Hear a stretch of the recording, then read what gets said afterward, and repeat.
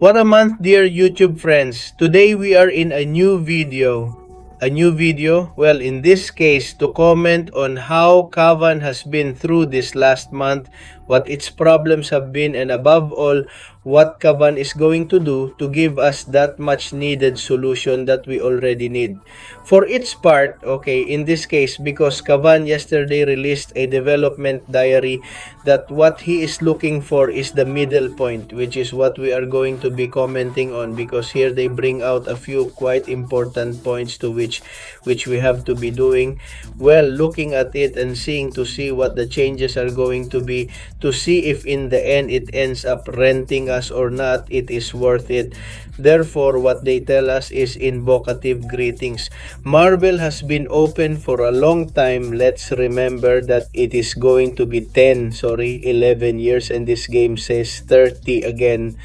That the 30 days of September 25 have not been one of the most outstanding moments of the contest. It's true, they've been screwing it up for a month, but literally at absolutely most points in the game. Today, we want to address the recent Spider-Woman Balance Association, the changes in the game, and the legitimate precautions raised by the community. Our aim is to be transparent, to acknowledge our shortcomings, and to explain why we are working to find a balance. Okay, we claim that this Spider-Woman Association had forgiving his defensive threat. But the changes described also have a big impact on his offensive capabilities. Let's remember that in the Balance Association of Spider-Woman, what they were going to do is to eliminate trapping, which can obviously affect her power as an attacker. It is worth remembering that catching is an ability that cannot go behind the character, therefore in the offensive capacity, since it served us quite well. Therefore, let's see what we are most concerned about from KABAM and this discrepancy between our clear objectives and the proposed adjustments. It was a significant oversight. We understand that this caused justified confusion and frustration, especially among the summoners who bet the most on them. Among them, I have rank 3 and I will surely give her a future rank 4 because she is one of the best characters in the scientific class that we currently have, both in attack and defense. In addition, this change substantially reduces its offensive usefulness, which aligns us with the approach we communicate. This affects the player experience in a negative way that we didn't intend. A key goal is to keep the contest fair, fun, and competitive. Our balance sheet program is fundamental to this commitment, since it allows us to adjust champions with significant or no higher performance than expected to ensure healthy metagame, or with lower performance so that they use Spider-Woman performance throughout the contest. In particular, its defensive capacity exceeded its intended limits. Well, the truth is that I'm not telling you that he is an excessively defensive character either. If you have fought her in the new 42 in Alliance War, you know how gripping the right area can be, although we strongly advocate the need to make balance changes too. Short and long-term gaming health. Let us remember that the implementation of this change was not up to our standards. In other words, it seems that KABAM reaffirms his intention to continue nerving Spider-Woman. The truth, folks, honestly, I have faced this Spider-Woman in the node that says my 42nd war, and it is true that you die a couple of times, but it is a war node. It's not a big deal either. They're taking away a defensive ability from Spider-Woman, which for me doesn't require it. I mean, then Spider-Woman? He shines both in attack and defense. So it means that, I don't know, there are more beast defenders in the game, like they are enchanters, like they are bullside that they have not been touched at all. Jingrid, for example, is also a piece of defensive character, and they haven't been touched. You mean why you're playing him a new advantage that KABAM has created for this character right now that's breaking the game for me, not for me, but I don't know for you guys what you think. Okay, so what's the plan? KABAM says, to be honest, there was a glitch in our internal process of using Spider-Woman. The changes were implemented through their appropriate channels, but this process revealed opportunities to improve the approval framework internally. The current process generated a lack of clarity and inadequate communication with you, which was a mistake, and we take full responsibility. Therefore, after analyzing this, we will adjust Spider-Woman's application to better suit our objectives, keeping her identity intact in attack. That is what we hope for, because the truth is, I think Spider-Woman is a top scientist and is very useful. We will continue to eliminate catch from its set since we believe that the general reduction in skill accuracy caused by violating the defense without. I'll go in addition to this elimination, as long as your bug is active, Supponente will not be able to evade. It should be noted that given its failure, it is a serious disadvantage. This makes it an even stronger and more reliable anti-evasion tool. A key point here is that we will not reverse every unpopular decision just because it is controversial, if we believe that ultimately the right decision for the overall benefit of the games. In this scenario, based on your comments, this is a thorough review. We think we could have made a better decision, and if it would be obstinacy on our part to insist on this place to take time between evaluating and correcting course to get a better result. The truth, friends, is that I am still not happy with the issue of them taking away that advantage of catching our beloved Spider-Woman. They make her a little less useful at goal, since as an attacker she is very good, but as a defense she was also quite good, although it must be said that there are better defenders. As I said on the full site, we have Jim Gray, we have Unchanges who are really characters and who do bother you once KABAM creates a character in the goal that is worth both in attack and defense. And are they going to change to give him more strength in attack? It doesn't seem good to me, but hey, in the end, it is Kamal who decides only his games, and in this case, they are going to remove the catch. And it means that the advantage he has is bad because it seems that he is going to be stronger. We'll see how it turns out and hope it's totally decent. We have more news, friends, because they also talk about the adaptive event. Let us remember the new monthly supervision that KABAM has brought us, this new form through the Prestige Auto 30 Veil, and that in the end has been reigning during this September based on bad controversy because the defenders had many lives. It's gonna be tricky. It was easier for me in this case in 9.3 sometimes than the monthly supervision itself, because basically they are going to bring us a text from that. Let's see what they tell us. Last month we launched on the adaptive event mission. Okay? After a week of availability, it was obvious that we needed an immediate update, which is what they did. Okay, we said that we would significantly receive the health and attack values from classic and elder difficulties since we didn't realize the extent to which our occasional summoners use the sales mission as the main game. We reduced the values by approximately 30%, which is a considerable magic for an emergency update. And although we think we've reached a good one, Elder Console difficulty balance point. The para-classic difficulty we believe was not enough for some of our occasional summoners with the upcoming event broadcast on October 8th, which is going to be the next monthly super event, is worth monthly super mission. Better said, we will further reduce the health of defenders in classic mode, and we already have an Elder difficulty for Cavalier and Tombbreaker summoners. The first seems perfect to me because it is true that sometimes the fights became tedious. As I said before, some fights in 9.3 will be much simpler and faster to do with the indicated counter than some with the event is adaptable. Okay, so that means that it can't be that the main story mission is more fucked up, which means, sorry, it will be easier than a monthly supervision that's going to go in a month. So in this case, they are going to reduce health even more, so perfect. And since basically the Elder difficulty was only for the Paranium and the Valian, now they have extended it to the Knights, and breaking them is also good because in the end, these summoners who belong to these titles will be able to get even more benefits and even more prizes. Our goal for Classic is to be an accessible mission experience where you can enjoy the monthly Marvel story without feeling like you need to be hooked to the fullest. In order to enjoy the game, we want to add a Lender Deputy for lower progression summoners who want to suffer and challenge themselves beyond what their current team might suggest.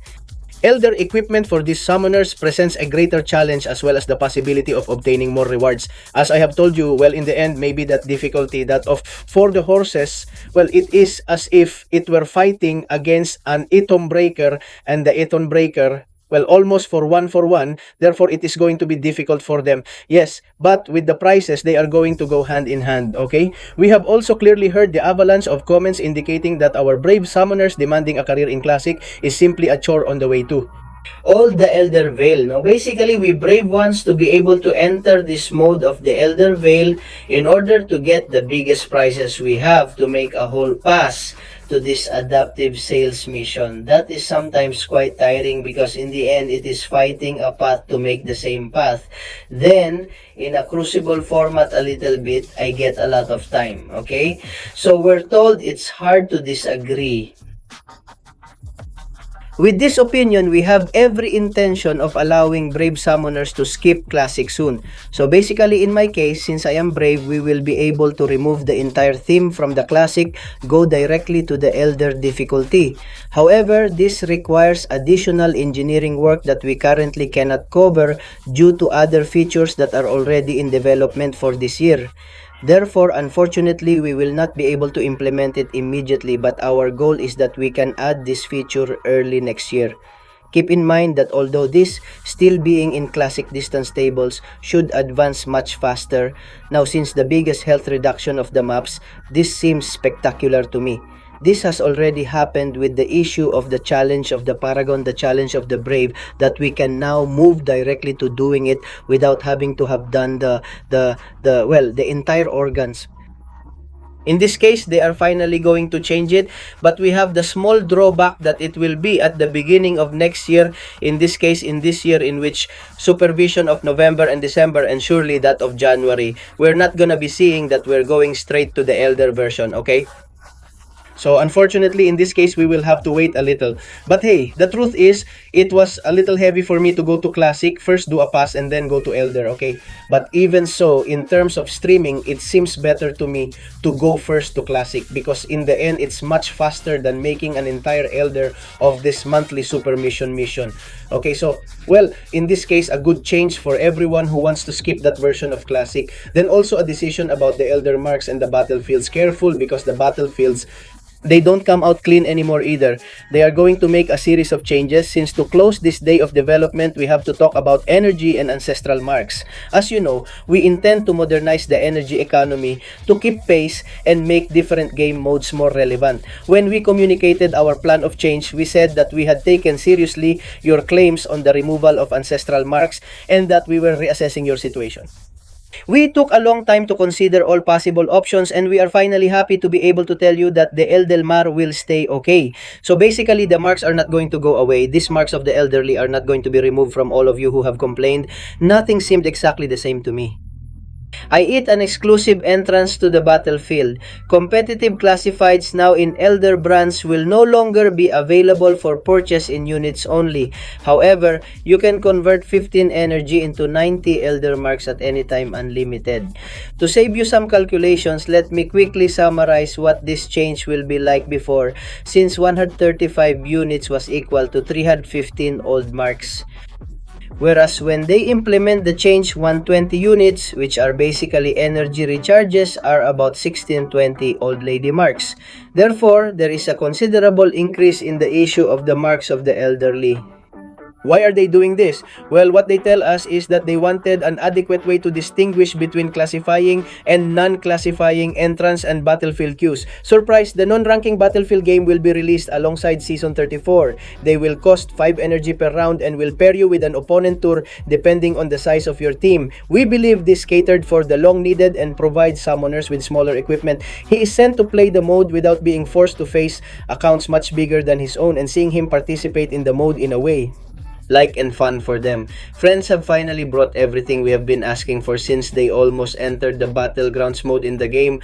The non-qualifying battles are basically going to bring you together with you if you are Valiant, for example, and you have, I know the moment, 4 ranks, 4 out of 7 stars, because they are going to find you one that has 5 or that has 3 rank 4 of 7C. Therefore, they are almost going to be at the same level and it is not going to come out. For example, a whale that has 12, 1, 6 in 20 ranks, 4 out of 7 stars. Therefore, this is going to make it more balanced. The game therefore is quite good so that people do not get frustrated with veterans and continue playing it. Then they also tell us that there will be changes to prevent future errors. To ensure this does not happen again, we are implementing a stricter oversight of important game situations. This includes because that internal review has improved to qualify that all. align with our design philosophy, and receive proper approval and pre-release testing to improve that confirm the changes. As we made the intended purpose, these steps are already underway and we are committed to moving forward. And now, finally, what Kava tells us is that they are aware that September was not our best month. Indeed, it's been a long month since I've been playing games for 10 years and I haven't seen such a disastrous month on Kavan's part, including new changes and screwing up on certain occasions. Some problems escape our control, such as interruption of the services we depend on. Basically, it is server crashes and so on. However, most of the problems were our fault and we know that we must improve. We are currently preparing a general compensation package, friends. We have compensation from KABAM that is perfect because it is true that we already needed this. What did we promise you? Because of the connection issues that started last month, we're hoping to have it ready by tomorrow. On Friday, if we believe that they will be satisfied with the content separately, what they tell us is that they have many news and surprises to share with us tomorrow, October 3, in their tweet broadcast, one of which excites me very much. And even more surprises during the next Summoner Festival. Let us remember that it is the KABAM Festival that he has created. I think at the end of mid-November, I think there are people there watching it from home. We want it to be a moment of integration in the contest where each summoner feels proud to spend their time in battle and to live with enthusiasm and hope for the future. We don't want our players to feel frustrated or that their time, money, and feeling are not valued. Frankly, we are not proud of what we have presented in recent months. We apologize for this and will take steps to make sure we get back on track and create the best possible games for you. As we always say what we want to do, the reality is that we cannot tell them that every decision that has less will be correct. That is true, we always complain on KABAM's part, but we have to see that maybe the decision they make is right for them, not for us. And that is why it is also good that KABAM, because he listens to us and in the end take ours into account.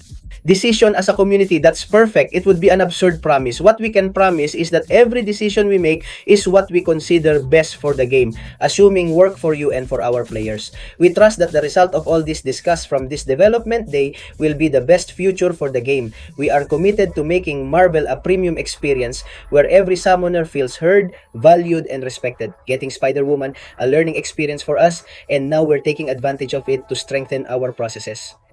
Thank you for taking the time to read all this. In this case, you can watch it with me. Thank you for joining us and see you in the battle, because the truth is, friends, some good changes on KABAM's part. In this case, he apologizes for the Spider-Woman issue, the nerfs they make to him in defense, which for me is not it. It doesn't need it. But if they say it is better in the long term, it means that they are going to bring us content that perhaps failed with the Spider-Woman team. Then also, in perfect adaptive events, they will reduce more life to those of the sensors, which is spectacular to us. Then they will also remove the issue that the Valiants have to do the classic team directly, being able to enter the Elder himself. Okay, and then they don't remove the Elder marks in the end either, but we can exchange them for energy and we're going to be able to get more. So, well, nothing, friends. With this, we finish the development diary that KABAM brought us yesterday, and well, tomorrow we can expect the KABAM stream for all the news.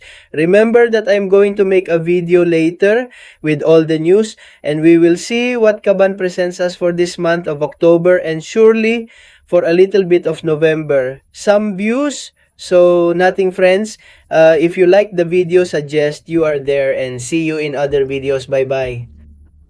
And before finishing the video, thank you very much to all of you who are members of the channel for becoming a member. You have it in the description. So many thanks to the VIP source of Eliel Ramirez, Oscar Salmeron, and the authentic stories of Auca Roldan and Facundo Juan. Thank you very much for being members of the channel this September 2025.